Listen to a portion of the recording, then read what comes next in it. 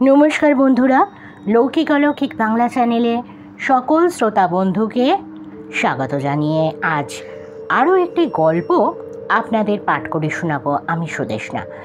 আজ যার গল্প পাঠ করে শোনাতে চলেছি তিনি লেখক কিশলয় জানা। গল্পের নাম বৃষ্টি রাতের তারা। সময় নষ্ট না করে আগে আমরা গল্পটা শুনে নিই। মুহুর্মুহু বজ্রপাত, প্রবল বেগে বইতে থাকা ঝোড়ো হাওয়া, সেই সঙ্গে মুষলধারে বৃষ্টি। যারা এই মুহূর্তে সেই বৃষ্টিতে ভিজতে ভিজতে মাঠ পেরোচ্ছিল তারা এই হরিমোহনপুরের কেউ নয়। ওদের জামা কাপড়ে জল কাদা মাখামাখি হয়ে বিচ্ছিরি দেখাচ্ছিল। মাথার চুলগুলো সব চোখে মুখে জড়িয়ে লেপ্টেছিল। ছুটে পালাতে গিয়ে দিনেশের এক পায়ের চোটে এমনভাবে স্ট্র্যাপ ছেড়ে গিয়েছিল যে আপাতত তাকে খালি পায়েই হাঁটতে হচ্ছিল। সকলেরই ট্রাউজার কাদা মাখা, যদিও এত জোরে বৃষ্টি হচ্ছে যে ওরা দেখার মতো অবস্থায় ছিল না। এমনকি যে অনুপ সদা সর্বদা ফিটফাট একদম ফুলবাবুটি হয়ে থাকে, জামার হাতায় একটা অতিরিক্ত ভাঁজ পড়লে যার ভ্রু তীরের ফলার মতো বেঁকে ওঠে বিরক্তিতে, সেও যেন এই মুহূর্তে জাগতিক এই সব ব্যাপারে উদাসীন হয়ে পড়েছিল। এখন ওদের মূল লক্ষ্য হলো কোনো মতে কলকাতার দিকে ট্রেন ধরে একেবারে মিহিরদার কাছে গিয়ে পৌঁছানো। যতক্ষণ না তারা কথাটা বলতে পারছে মিহিরদাকে, ততক্ষণ তাদের স্বস্তি নেই। ফলে ওরা হাতড়ে হাতড়ে মাঠ ভেঙে এগিয়ে যাচ্ছিল। এই মাঠের মধ্যে দিয়ে শর্টকাটে স্টেশনে পৌঁছানো যায়, এখানে আসার সময় কেউ বলেছিল। আর ওদের হাতে এখন বেশি সময় নষ্ট করার মতো সময় নেই। সেই কারণেই মূল রাস্তা ছেড়ে চৈত্রের এই শেষ বিকেলে তারা মাঠে নেমে ঊর্ধ্বশ্বাসে নিজেদের গন্তব্যের দিকে প্রায় ছুটছিল। ছুটতে গিয়ে অর্কুর পা মুহূর্তের জন্য পিছলে গেল। বন্দন চেঁচিয়ে উঠল, সামাল ভাই! তার বোধহয় ঠান্ডা লেগে গেছে, কারণ গলাটা ভয়ানক ফ্যাঁসে শোনালো। অর্কুর কানে পৌঁছলো কি না বোঝা গেল না, কিন্তু অর্ক নিজেকে সামলে নিল। জল কাদায় মাঠ একেবারে পিছল হয়ে আছে। দিনেশ একটু বেশি সাবধানে এগোচ্ছিল, কারণ তার খালি পা। যদিও যা ঘটেছে তারপর আর কাঁটা ফোটা কিংবা পচা শামুকের খোলে পা কাটার ভয় তার কাছে তুচ্ছ হয়ে গেছে। তবুও এই কারণে বারবার সে পিছিয়ে পড়ছিল। তার জন্যই বাকিদের দাঁড়াতে হচ্ছিল বারবার।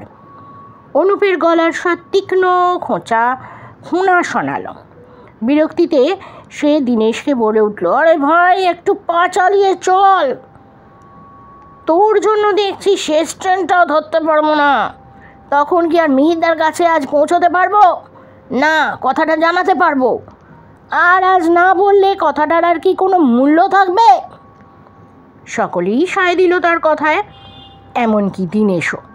যদিও কেউ কারো মুখ দেখতে পাচ্ছিল না, ঘুলঘুট্টি অন্ধকার তো চারিদিকে। একমাত্র অর্কর পকেটে মোবাইল আছে। বাকিদের মোবাইলগুলো কোথায় ছিটকে পড়েছে ওরা জানে না, কিন্তু জলে ভিজে অর্কর মোবাইলও জবাব দিয়েছে। ফলে ও যে মোবাইল টর্চ জ্বালিয়ে পথঘাট দেখবে তার উপায় নেই। এই মুহূর্তে বিদ্যুতের ঝলসানিকে বরং ওদের মনে হচ্ছিল পরিত্রাতার মতো। তার আলোয় মাঝে মাঝেই সামনের পথ দেখা যাচ্ছিল। দূরে যেদিকে বড় রাস্তা, সেখান দিয়ে মাঝে মাঝে বড় ট্রাক কিংবা লরির আওয়াজ পাওয়া যাচ্ছিল। ওদের একবার মনে হচ্ছিল ওই দিকে গিয়ে তাদের কোনো একটিতে থামিয়ে যদি স্টেশনের দিকে এগিয়ে যাওয়া যেত, কিন্তু না, এই ভালো। অথচ এমনটা হওয়ার তো কথা ছিল না। তাদের তো এইভাবে ফেরার কথাই নয়। একটা টোটো নির্দিষ্ট ছিল তাদের জন্য, যাতে তারা এখানে এসেছিল তাতে করেই ফিরবে। গৌরহরি বলেছিলেন, কোনো চিন্তা করবেন না, প্রোগ্রামের শেষে ওই টোটোই ঠিক আপনাদের স্টেশনে পৌঁছে দেবে। কলকাতার গাড়ি শেষ যায় সেই 11:30টায়। তার আগে প্রোগ্রাম শেষে একটু জলযোগ করে ট্রেন ধরতে আর কতক্ষণ? অর্ক বলেছিল, না, কিছু খাবার দরকার নেই, প্রোগ্রাম শেষ হলেই আমরা তাড়াতাড়ি ফিরব। কলকাতা তো আর কম দূরে নয়, রিটার্ন টিকিটও কেটে আসেনি। কি পরিস্থিতি হয় কে জানে, হয়তো ফিরতেই পারলাম না আজ। গৌরহরি জিভ কেটে বললেন, আপনারা সেই কত দূর থেকে আমাদের এই অজপাড়া গায়ে এসেছেন, তাও আবার আমাদের ভালোর জন্য। আপনারা হলেন কি আমাদের গ্রামের অতিথি, আপনাদের কি না খাইয়ে ছাড়তে পারি? আর টিকিটের ব্যাপারে ভাববেন না, আপনারা যতক্ষণ জলযোগ করবেন ততক্ষণ আমি একজনকে পাঠিয়ে দেব। সে গিয়ে আপনাদের 4 জনের 4টে টিকিট কেটে অপেক্ষা করবে। এখন প্রোগ্রামটা ভালোই ভালোই মিটলে হয়। হরিমোহনপুরে এবারে তারা এসেছিল তাদের বিজ্ঞানবাদী সমিতির নতুন শাখা খোলার জন্য। এই নিয়ে তাদের দ্বিতীয়বার হরিমোহনপুরে আসা। প্রথমবার এসেছিল সমস্যা জানতে এবং সমাধানের রাস্তা খুঁজতে। এবার এসেছে আনুষ্ঠানিকভাবে বিজ্ঞানবাদী শাখা খোলার জন্য। সমস্যাটা সেই চিরাচরিত ভূত নিয়ে। সম্প্রতি এই এলাকার একটি বাড়িতে নানা রকম ভুতুড়ে কার্যকলাপে জনমানসে এমন আতঙ্ক ছড়িয়েছিল যে রোজা, গুণিন, ভূত প্রেত, মন্ত্রতন্ত্র, সর্ষে পড়া, চাল পড়া ছাড়া মানুষের যেন আর কোনো কথা নেই। আজ এই বাড়িতে কেউ ভূত দেখে তো কাল সেই বাড়িতে, অথচ কেউই যে খুব নির্দিষ্ট কোনো প্রমাণ দেখাতে পারছে তা নয়। কিন্তু সকলেই বলছে ওই সরকার বাড়ির ভূত তাদের বাড়িতে যে ঢুকেছিল সে ব্যাপারে কারোর কোনো সন্দেহ নেই। তিনু মল্লিকের বউ তো গলায় ঝাঁঝ নিয়ে বলছিল, ভূত নয় তো কি, কোথাও বাতাস নেই, কিচ্ছু নেই। আমি টিউবকল থেকে জল নিয়ে আসছি, হঠাৎ গায়ে যেন গরম নিঃশ্বাস পড়লো। একবার ভাবলো বুঝি মনের ভুল, ও মা, তারপরেও দেখি দুবার একই কাণ্ড। আমি তো পরিমরি করে ঘরের বানে দৌড় দিলুম। জল পড়ে যে কলসি খালি হয়ে যাচ্ছে তা জেনেও আমার কিছু করার ছিল না। আগে নিজের পরাণখানা তো বাঁচাবো, নাকি কলসির জল? কৃষ্ণপালের নাতিও সমর্থন করলো, কারণ সে নিজেও দেখেছে। রাতের বেলা হালকা হতে গিয়ে দেখে দাওয়ার কিছু দূরে ছিটে বেড়ার গায়ে ঝাঁকড়া বকুল গাছের নিচে কে যেন দাঁড়িয়ে আছে। প্রথমে সে ভেবেছে চোর, মোবাইলটা হাতেই ছিল। আলো ফেলে দেখে ঝাঁকড়া চুল, ভাঁটার মতো চোখ। বাবা গো, ভাবতেও আমার গায়ে কাটা দিচ্ছে এখনও। দেখো বলে হাত বাড়িয়ে দিল কৃষ্ণপালের নাতি। যদিও গায়ের কাঁটা দেওয়ার কোনো চিহ্ন নেই, কেউ দেখতেও পেল না, তবে সকলেই ভাবলো নিশ্চয়ই গায়ে কাঁটা দিচ্ছে, না হলে সে আর কি মিছে কথা বলবে কেন খামোখা। ওরা সবাই মিলে দীনেশ, অর্ক, অনুপ আর বন্দনের সামনে হাজির হয়ে নিজেদের অভিজ্ঞতার কথা বলছিল। গৌরহরিবাবু ওদের জন্য 4টে চেয়ারের ব্যবস্থা করে রেখেছিলেন দাওয়ায়। ভোর ভোর লোকাল ধরে এসেছিল তারা, প্রায় 2.5 ঘন্টার জার্নি। তারপর স্টেশন থেকেও প্রায় আধ ঘন্টা আসতে হয় টোটোতে করে। একেবারে যাকে বলে গণ্ডগ্রাম তেমনই। তবে গ্রামে চাষাবাদের অবস্থা ভালো, লোকের আর্থিক সঙ্গতি আছে।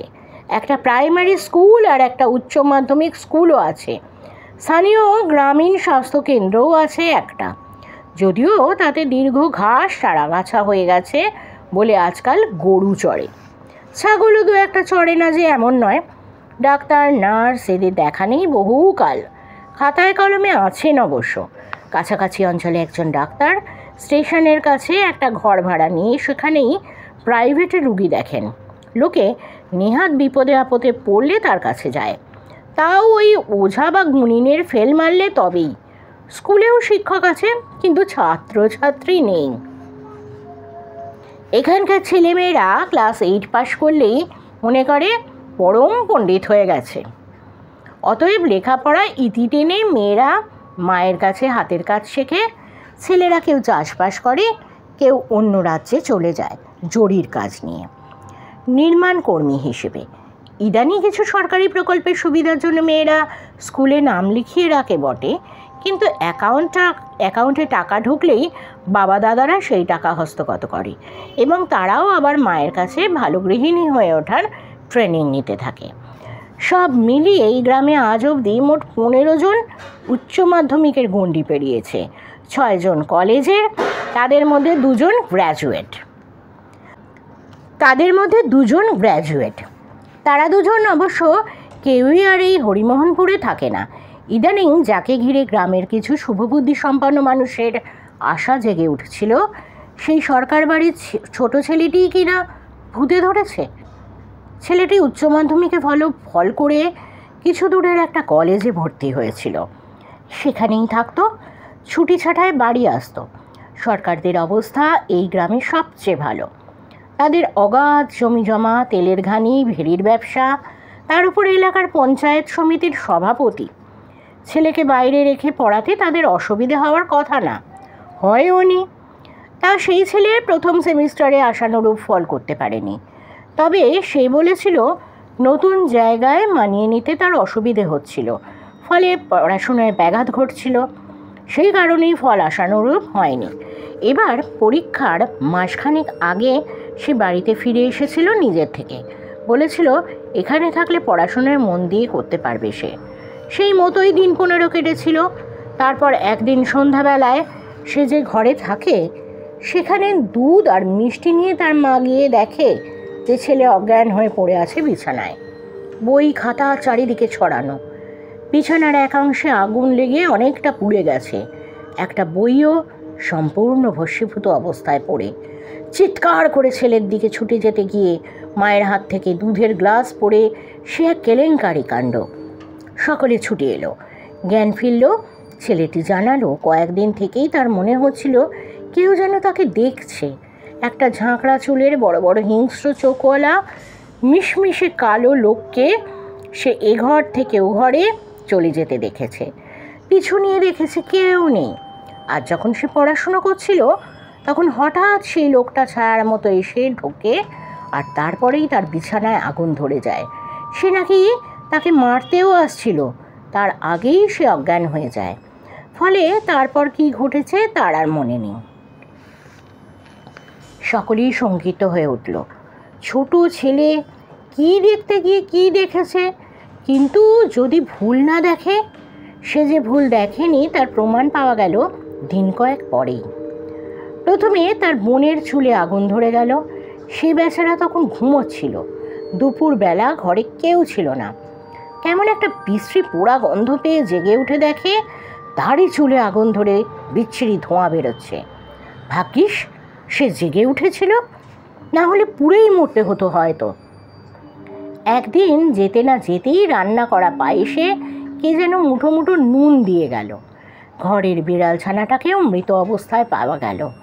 কে যেন তাকে প্রচণ্ড রাগে আছড়ে মেরে একদম মেরে ফেলেছে। তার মাথা পুরো থেঁতলে গিয়েছিল। ক্রমে গ্রামের মধ্যে যেন ভূতের তাণ্ডব শুরু হয়ে গেল। একেবারে এ দেখে তো আর একবার ও দেখে।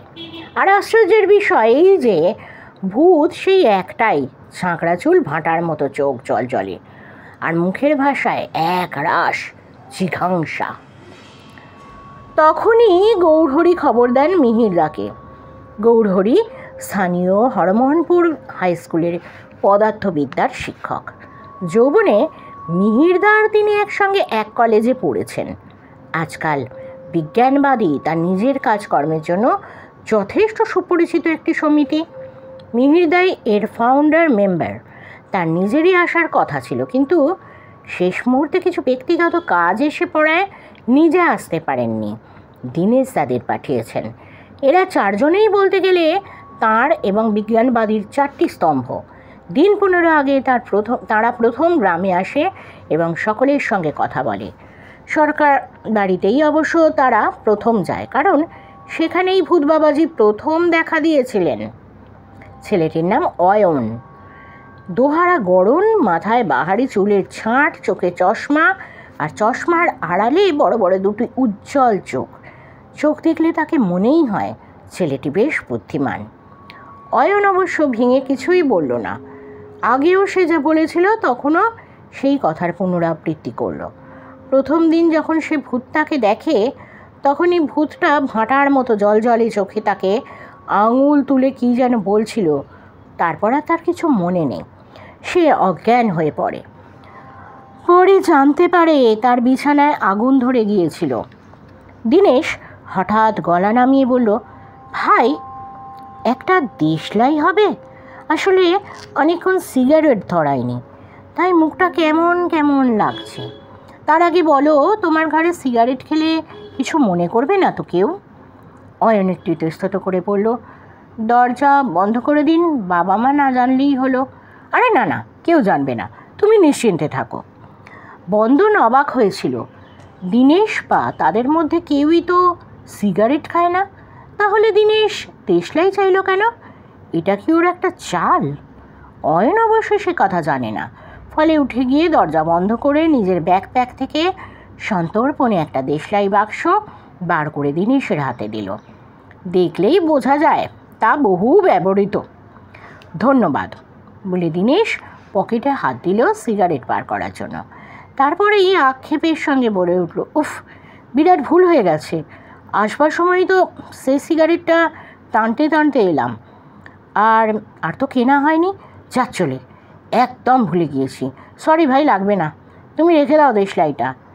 আপনি খাবেন? প্রায় ফিস ফিস করে বলল ছেলেটি।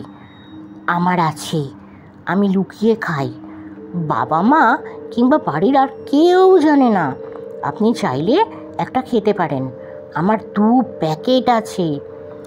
না না, থাক ভাই, তুমি বাড়ির মধ্যে আছো, এই অবস্থা, আবার কখন বাইরে বেরোতে দেবে তার ঠিক নেই। এখনই প্যাকেট খালি করে দিও না, আমি বেরিয়েই কিনে নেব। এখানে মোটামুটি চালু ব্র্যান্ড সব পাওয়া যায় তো? হ্যাঁ হ্যাঁ, তার কোনো অভাব নেই, চালু ব্র্যান্ড সব পাবেন, এমনকি বিদেশিও কেউ কেউ রাখে। দাম হয়তো আপনাদের কলকাতার চেয়ে একটু বেশি পড়বে, এই আর কি। অর্কদের দিকে তাকিয়ে অর্থপূর্ণ হাসি হাসল দীনেশ, তবে অয়ন তা খেয়াল করলো না। তারপর দীনেশ আর অর্ক দুজনেই মাঝে মাঝে বন্ধন আর অনুপও তার ভূত দর্শনের ব্যাপারে কথা না বলে তার কলেজ জীবন, বন্ধুবান্ধব এইসব নিয়ে কথা বলতে লাগলো। ক্রমে ক্রমে আলাপ বেশ জমে উঠল। সেখান থেকেই কথায় কথায় উঠে এলো সত্য। শহরে গিয়ে ছেলের মাথা ঘুরে গেছে, ফলে ভেসে যেতে দেরি হয়নি আনন্দ স্ফূর্তিতে। শিওর সমনের মতো পরীক্ষা যখন ঘাড়ের উপর এসে পড়ল, তখনই সে বুঝতে পারল একখানি জম্পেশ নাটক না করলে পরীক্ষায় ফেল অবধারিত। আর তাহলেই বাড়িতে সকলেই জেনে যাবে যে এতকাল যে সে গায়ে হাওয়া দিয়ে ঘুরে বেরিয়েছে কেবল, আর কিছুই করেনি। প্রথমে বাড়িতে, তারপর একটু সাহস বেড়ে যাওয়ায় গ্রামে নানা উপায়ে সে ভয় দেখিয়েছে নানা জনকে। বাকিদের অবশ্য যারা যারা বলছে তারা কেউ কিছু ফিল করেনি, কেউ কিছু দেখেনি, যাকে বলে মোটা মাথা, কিন্তু ধরে নিয়েছে অন্যেরা যখন বলছে তখন তাদের জীবনেও নানা যে সব ঘটনা ঘটেছে তা শতকরা 100% সত্যি, যাকে বলে গণহিস্ট্রিয়া।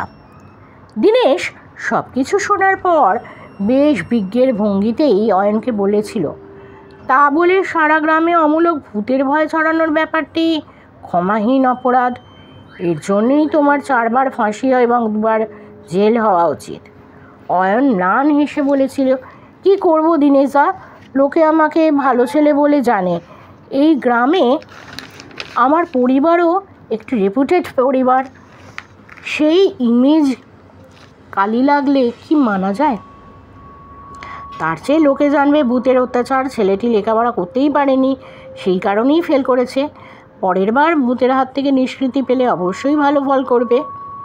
কিন্তু তুমি যা ক্ষতি করেছো ইতিমধ্যেই, এরপরে আমাদের আবার সেই বিজ্ঞানবাদীর পক্ষ থেকে একটি শাখা খোলা এবং লোকেদের মধ্যে নিয়মিতভাবে ভূত প্রেত অলৌকিক অতিপ্রাকৃত বলে যে কিছু নেই সে ব্যাপারে জনমত গড়ে তুলতে হবে। আর সেই কাজে তোমাকে সাহায্য করতে হবে অয়ন। যদি না করো তাহলে কিন্তু সত্যটা সকলকেই জানিয়ে দেব আমরা। তখন কিন্তু পরিবারের সম্মানে চুনকালি পড়লে আমাদের দোষ দিও না, বলল অর্ক। এই জন্যেই হাটের মাঠে আজকের এই সভার আয়োজন হয়েছিল। এই জায়গার ফি শনি মঙ্গলবার হাট বসে বলেই এই নাম। সেইখানেই বাঁশ আর চট ত্রিপল দিয়ে বিজ্ঞানবাদীর নতুন মঞ্চ বাঁধা হয়েছে। কেউ আবার অতি উৎসাহবশত সরস্বতী পুজোর বেঁচে যাওয়া রঙিন কাগজের শিকলি দিয়ে ডেকোরেশন করেছে। আম পাতা ও শোলার কদম লাগানোর চেষ্টাও করেছিল কেউ কেউ। কোনো রকমে গৌরহরিকে বলে তাদের নিবৃত্ত করা গেছে। সভার সব খরচ পঞ্চায়েতের তরফ থেকে করার ব্যবস্থা করে দিয়েছিলেন অয়নের বাবা। চৈত্র মাসে এমনিতেই রোদের তাতে চাঁদি ফেটে ফাটে এমন অবস্থা, ফলে কথা ছিল শেষ বিকেলে সভা হবে। তারপর 6:30টার ট্রেন ধরে তারা 9টা, 9:30টার মধ্যে কলকাতা ফিরে যাবে। সকালের দিকে এসে রেস্ট নিয়ে দুপুরে অয়নদের বাড়িতে 4টি ভাত, শুক্তো, পোস্তর বড়া, বিউলির ডাল, আলু কুমড়ো ভাজা, পুকুরের জাল ফেলে ধরা পাকা রুই মাছের ঝোল, কাঁচা আমের চাটনি আর স্টেশনের লাগোয়া রাধাকৃষ্ণ মিষ্টান্ন ভাণ্ডারের আদি ও অকৃত্রিম লাল দই এবং কাঁচাগোল্লা খেয়ে একটু রেস্ট নিয়ে ওরা রওনা হয়ে গিয়েছিল হাটের মাঠের দিকে। গ্রাম থেকে মাইলখানেক হবে হাটের মাঠ, বলতে গেলে গ্রামের একেবারে শেষ প্রান্তে। যদিও টোটোর ব্যবস্থা ছিল, কিন্তু ওরা হেঁটেই যেতে চেয়েছিল সভাস্থলে। হাঁটলে দুপুরের গুরুপাক হজমও হবে, আবার গ্রামের শোভাও দেখা যাবে। গৌরহরিও বাধ্য হয়ে হেঁটেই এলেন তাদের সঙ্গে। আসার সময় কিচ্ছু বোঝা যায়নি। পশ্চিম দিকে হালকা মেঘ জমছিল অবশ্য। বন্দন সেদিকে আঙুল তুলে দেখাতেই গৌরহরি বলল, ও মেঘ রোজই জমছে, কিন্তু বৃষ্টি আর হচ্ছে কই? কদিন ধরেই জমছে, আর তারপরেই ফুরুত ছিটে ফোঁটা পড়লেও বেঁচে যেতাম। ঠিক কথাই, কলকাতার দিকেও এমনটাই হচ্ছে। মেঘ জমে, কিন্তু বৃষ্টি আর হয় না। আজও যে হবে না সে বিষয়ে ওরা নিশ্চিত। সভাস্থলে গিয়ে দিনেশরা দেখে তখনও সাজানোর কাজ চলছে। একসময় 5:30, 6টা অবধি ভালোই আলো থাকে, ফলে আলাদা করে আলো লাগানোর কোনো প্রশ্নই ওঠে না। তবে স্ট্যান্ড মাইক্রোফোন আছে। গৌরহরি খুব খুশি। লোকজন আস্তে আস্তে জুটছিল। বেশিরভাগই বিজ্ঞান কিনা তা জানি না, এসেছে মজা দেখতে, কলকাতার বাবুরা কি বলে তা শুনতে। তাদের আগে এসেছে নগ্ন, অর্ধনগ্ন কুচোকাচারা। বয়স ওদের মেরে কেটে 5-6। তারাই সভা একেবারে সরগরম করে রেখেছে, দৌড়োদৌড়ি করে, চিৎকার চেঁচামেচি করে। কিছু প্রবীণ মানুষ ধুতি পাঞ্জাবি পরে গম্ভীর মুখে এক পাশে বসে ফিসফিস গুজগুজ করেছেন। অবশেষে সভা যখন শুরু হলো তখন বোঝা গেল 6:30টার ট্রেন নয়, 7:30টার ট্রেনটা ধরতে পারলেও তারা জানবে যে ভাগ্য সুপ্রসন্ন। নিজস্ব সুরে অঞ্জলি লহমর সঙ্গীতে দিয়ে উদ্বোধন শেষে গাঁদা ও সূর্যমুখী ফুলের মালা পুড়িয়ে সংবর্ধনা মণ্ডলের সেক্রেটারি হিসেবে গৌরহরির অভিষেক এবং জ্বালাময়ী ভাষণের পরে পঞ্চায়েত প্রধান এবং বিডিওর সংক্ষিপ্ত রাজনৈতিক বক্তব্য। তারপরে অর্ক সংক্ষেপে তাদের সমিতির কাজকর্মের বিষয়ে জানালো।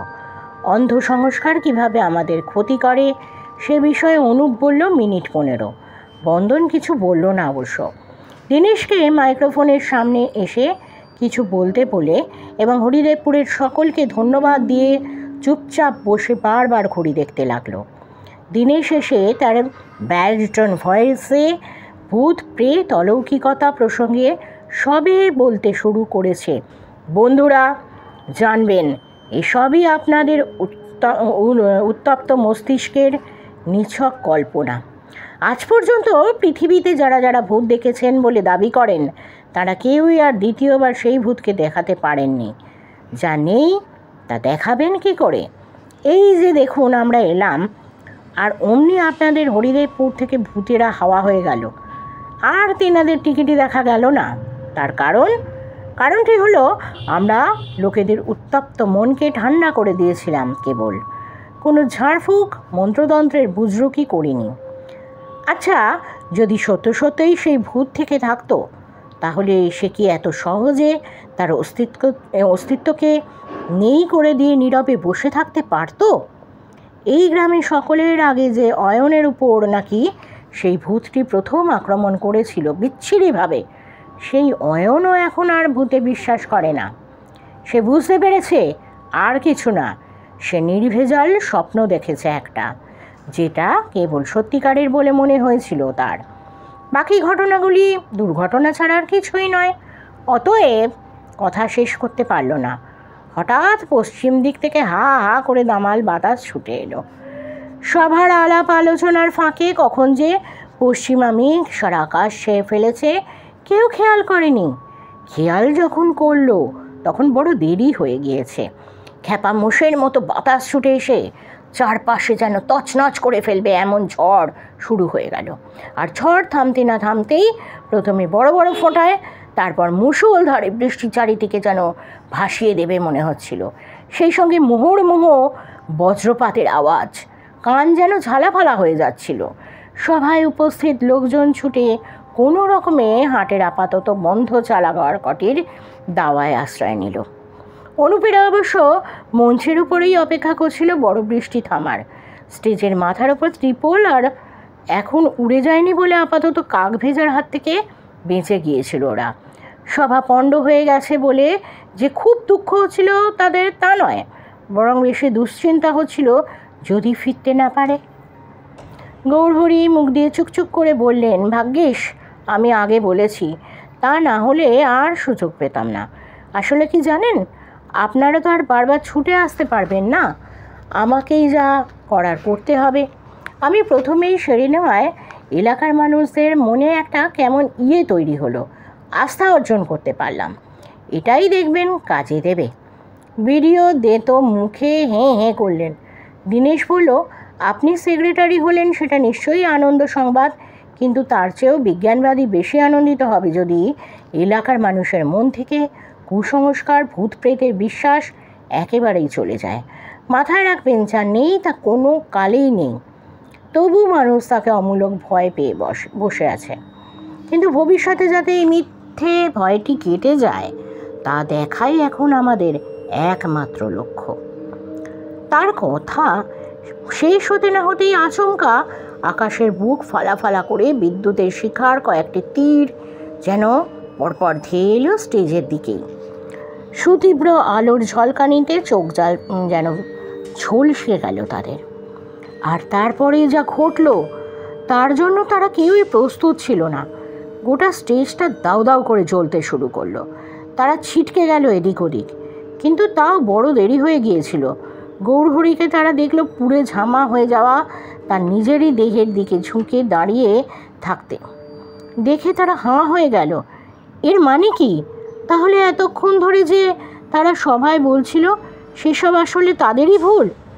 তখনই চোখে পড়ল সভাস্থলে আরও কয়েকটি মৃতদেহ পড়ে আছে। সেদিকে তাকিয়ে আঁতকে উঠল তারা, নিজেদের দিকে তাকালো।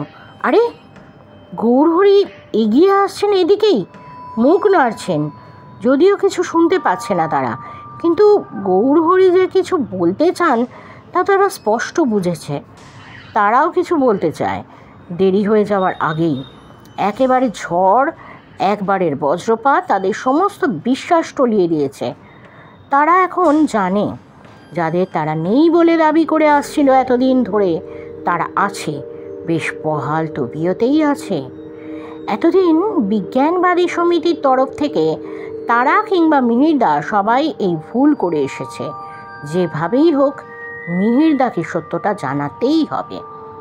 গৌরহরির ঝামা হয়ে যাওয়া অবয়ব যেন কিছুই হয়নি এমনভাবে এসে যখন সভায় আমার বক্তব্যটা ভাগ্যিস বলতে পেরেছিলাম কি বলেন বলে প্রশ্ন করল, তখন তাদের খুব কষ্ট হচ্ছিল। কোনো রকমে মাথা নেড়ে তারা ঊর্ধ্বশ্বাসে দৌড় লাগিয়েছিল স্টেশনের দিকে। দুবার এসেছে বলে স্টেশনে যাওয়ার রাস্তাটা তাদের চেনা, শর্টকাটও। সেই দ্বিতীয় পথেই ছুটে কাদা মাটি মেখে যখন ট্রেনে উঠল তখন অনেক রাত, কম্পার্টমেন্টগুলো প্রায় ফাঁকা। কোনো কোনো কামরায় এক আধজন লোক আছে কি নেই, তাদের কামরায় থাকা দুজন লোকের ভিতরে একজন হাঁ করে ঘুমোচ্ছে, অন্যজন মোবাইল ঘাঁটছে। তাদের দিকে তাকানোর ফুরসত কোথায় তার? নিউজের অ্যাপসে গিয়ে একবার দেখলো লোকটি। এখান থেকে দীনেশরা শুনতে পেল চ্যানেলগুলিতে তাদের সবার বিপর্যয়ের কথা বলছে। ব্রেকিং নিউজ হিসেবে দেখাচ্ছে ঘটনাটি। তাদের ছবি টবি ওরা এতক্ষণে জোগাড় করে ফেলেনি তো? করলে মুশকিল আছে।